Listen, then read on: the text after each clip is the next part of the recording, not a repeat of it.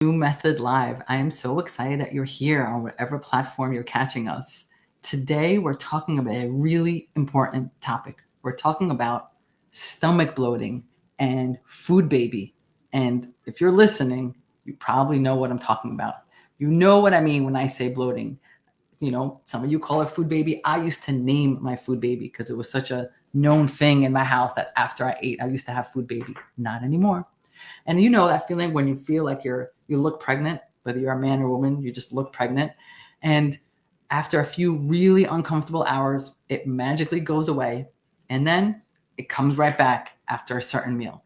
So we have to talk about what it is and how to get rid of it. And you kind of know that bloating has to do with air in your belly, obviously. But when I tell you what causes that air, I think you're going to be blown away. I know that I was blown away when I first learned about it. So stay tuned. I'm going to tell you what it is. The thing is that it affects so many people. 25% of the general population complains of abdominal bloating. That's a lot of people. And from those people, 75% of those people say that their symptoms are moderate to severe, like really affects their daily living. And I'm wondering if you are like that as well. Let me know if this affects you this way. So if you're watching this, if you're listening to this, you know what I mean. It is really uncomfortable. You have to open up that button and it's just a really uncomfortable feeling. And it's time to find out what's going on with it and how to get rid of it.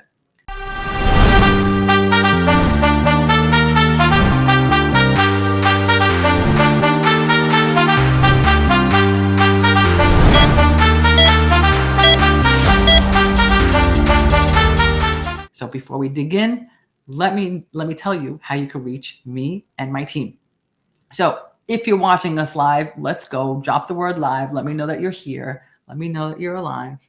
If you're watching me on replay, put it on. Put it on. Don't just watch it like in your closet or in your car. Type the word replay. Don't be lazy. Give me those words. Let me know that you're here. It makes me feel great.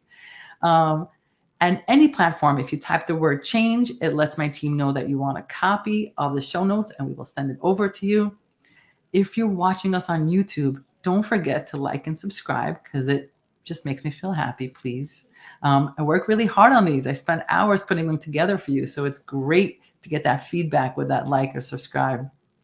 If you're listening to us on the podcast, it's always the same background. You're not missing anything. Today I'm wearing a blue sweatshirt. Always the stethoscope my wife gave me, which is red.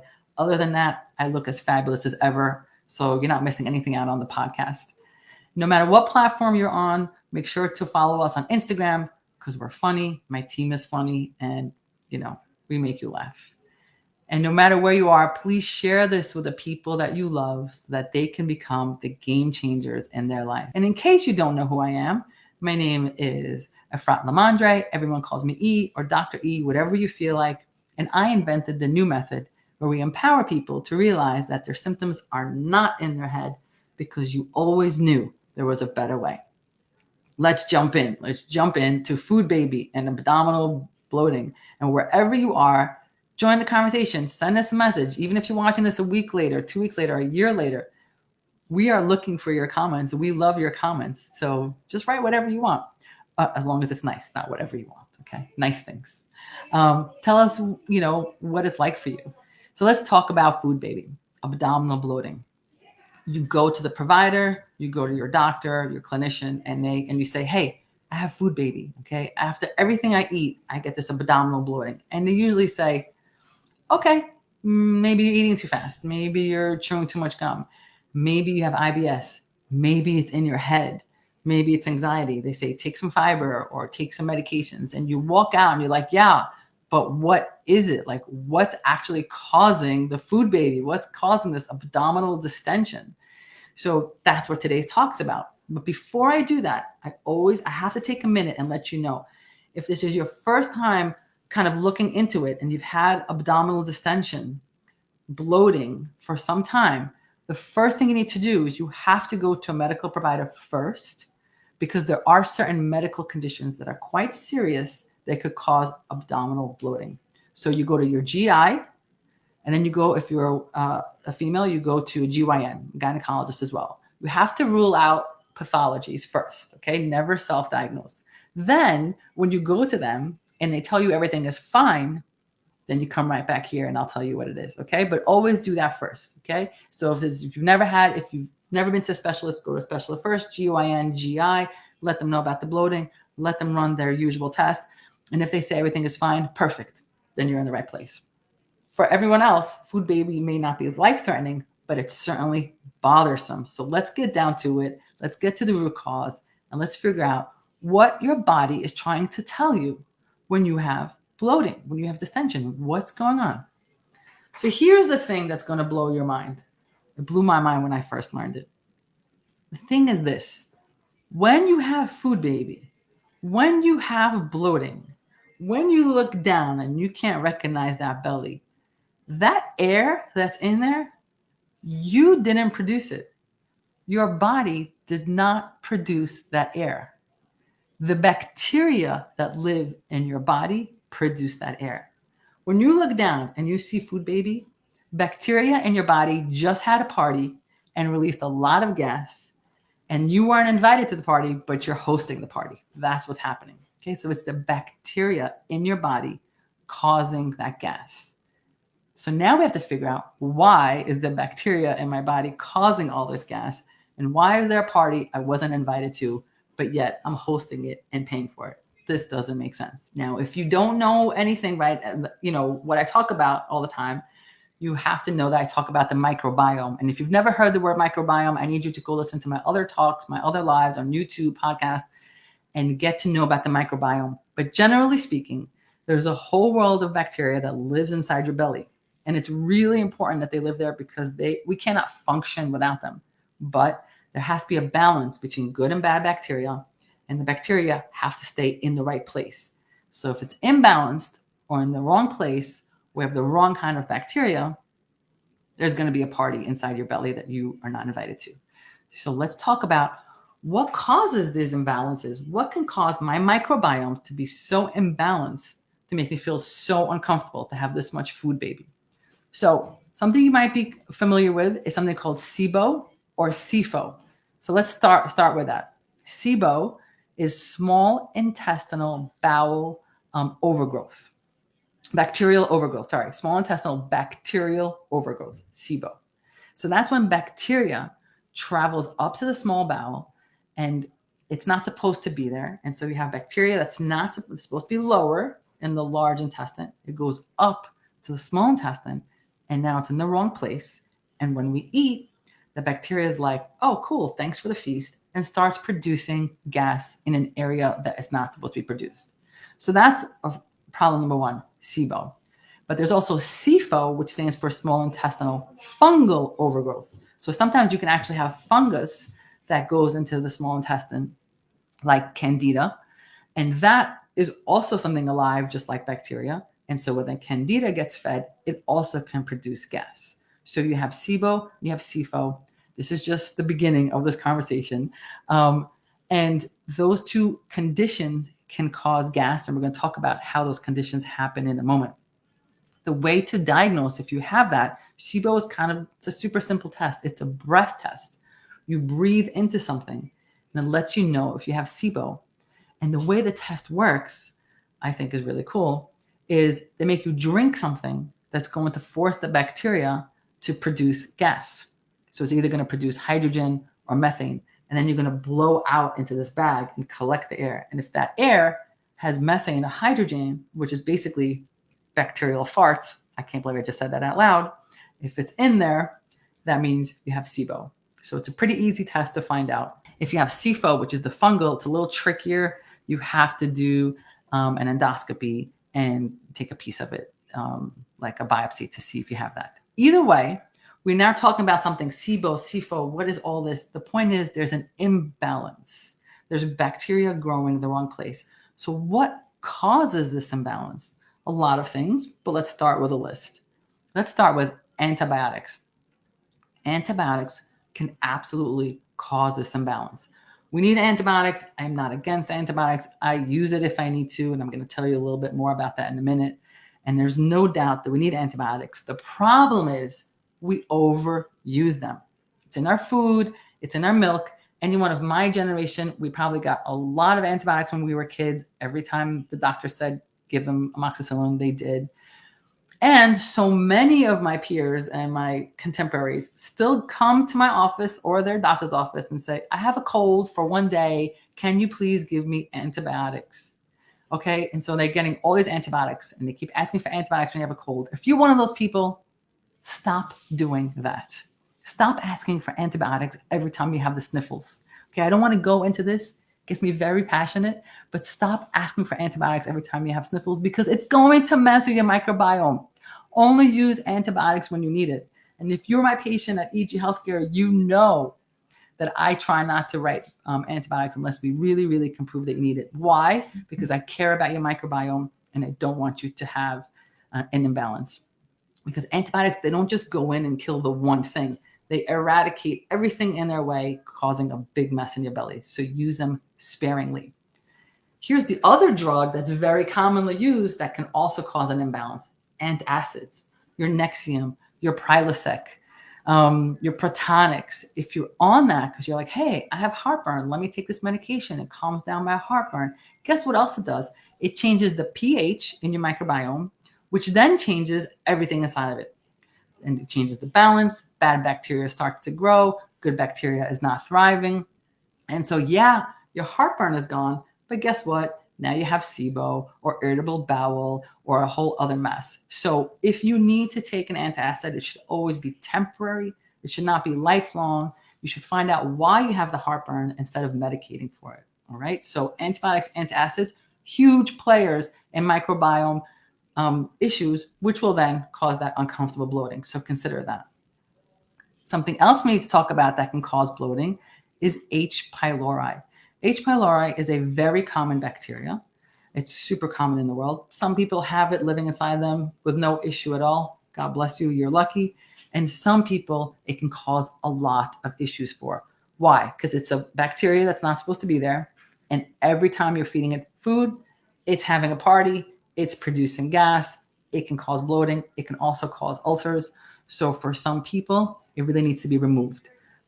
And that also could be checked with a breath test, just like SIBO. So again, you breathe into the bag and it looks for certain things in your breath back. And if you have it, you have H. pylori. And that definitely needs to be treated. We'll talk about treatment in a moment. Another source of bloating, and many of you know this, is lactose intolerance. You know that feeling you get after pizza or ice cream or cheesecake or milkshake, that feeling where you get that is not a good feeling. That is actually, yes, it's about the dairy, but it's actually about the bacteria. So let me explain to you what that is. Here's how it works. If you eat lactose, you need an enzyme called lactase. A lactase breaks down the lactose. If you eat it, if you have enough lactase, you could eat dairy all day long. It breaks it down into sugar. Sugar gets absorbed. Everything is wonderful in the world. You're lucky. Enjoy your ice cream. But for many of us, we don't have enough lactase. So the lactose comes in. We don't have enough lactase to break it down. So the lactose goes into the large intestine where it's met by bacteria. And the bacteria is like, oh yeah, they have some lactose going and they have a feast. And when they feast on it, they cause gas or diarrhea or all the other fun stuff that comes with lactose intolerance. So yes, it's about the dairy, but it's more about the fact that because it's not broken down, the bacteria in your large intestine have a field day with it and they have a party and they make a mess. Little side note about lactose intolerance. It's a spectrum. It's not on and off. So some of you are like, well, how come on Tuesday I had ice cream and I was fine, but today when I had ice cream, I was a mess? Why is that? Because it's on a spectrum. It's some people 100% cannot have any dairy at all. They have no lactase in their system. So just a little bit of dairy and they're a mess. I'm sorry for you. But most of us live in the spectrum, which means we have a little bit of lactase. So we can get away with a little bit of dairy, maybe some cream in your coffee, maybe one scoop of ice cream every once in a while. But because we don't have enough lactase, if you just keep pushing it and have that extra slice of pizza, the extra scoop of ice cream, that's when it all goes to heck, right? So you have to really know that there's a spectrum and know your limits. Because if you give it too much and you can't break it down, you already know how messy it gets.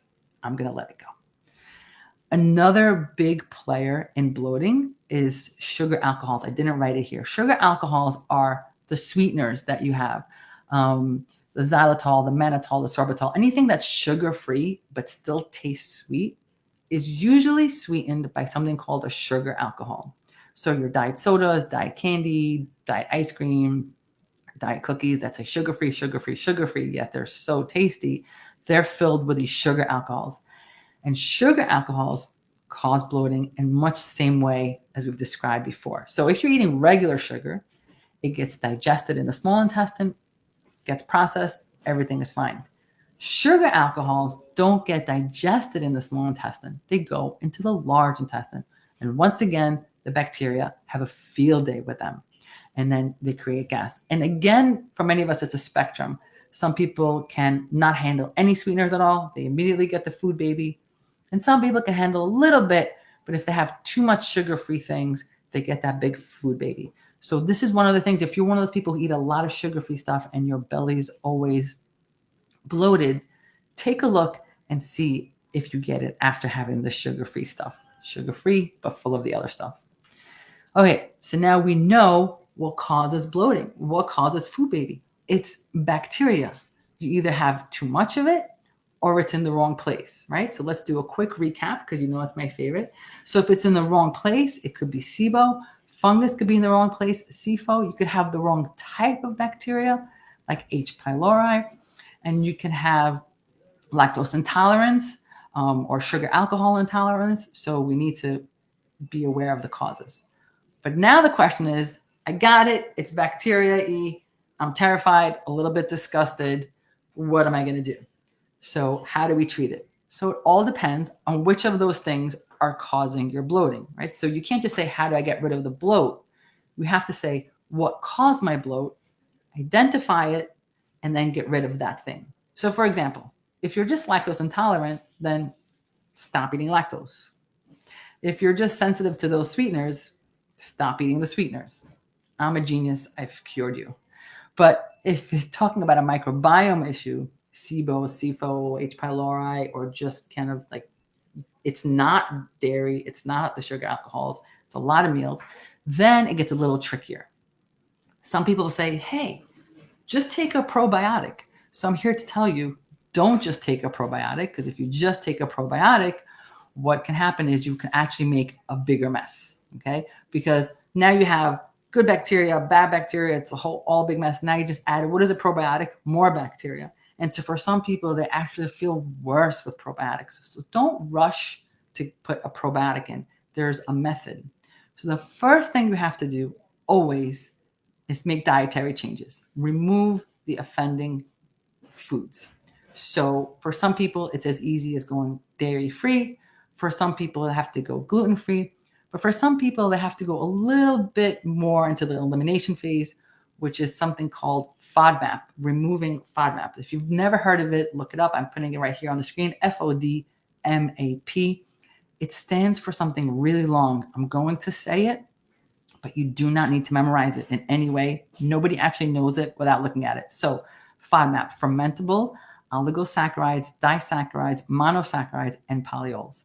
Basically, it's a bunch of foods, and there's a whole list of FODMAP foods that are the type of carbs that cannot be completely absorbed for some reason in your body, and either maldigestion or the wrong bacteria or all the things I talk about. And then they get fermented and they cause bloating. So for a lot of people, we have to put them on a FODMAP diet. So we have to eliminate more things. Let me put this on the screen for my podcasters. I just read it out. All it says is FODMAP.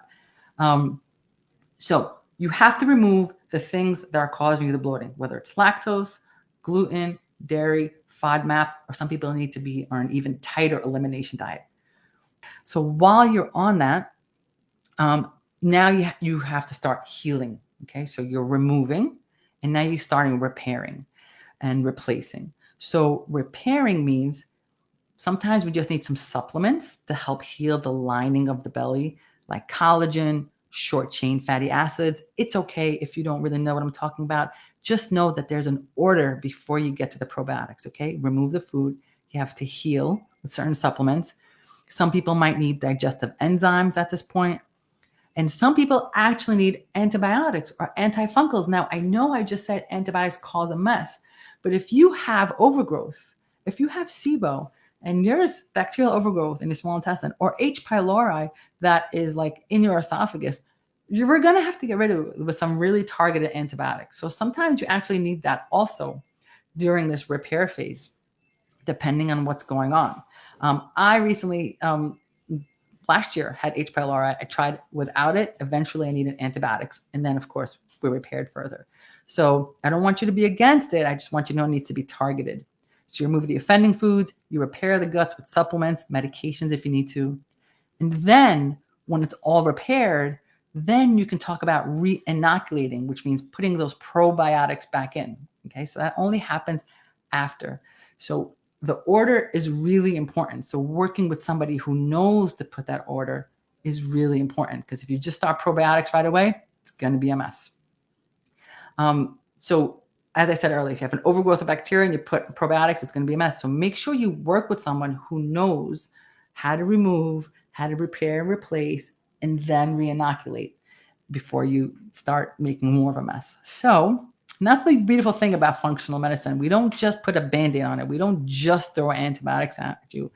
We also make sure we heal and repair the whole system, the whole gut.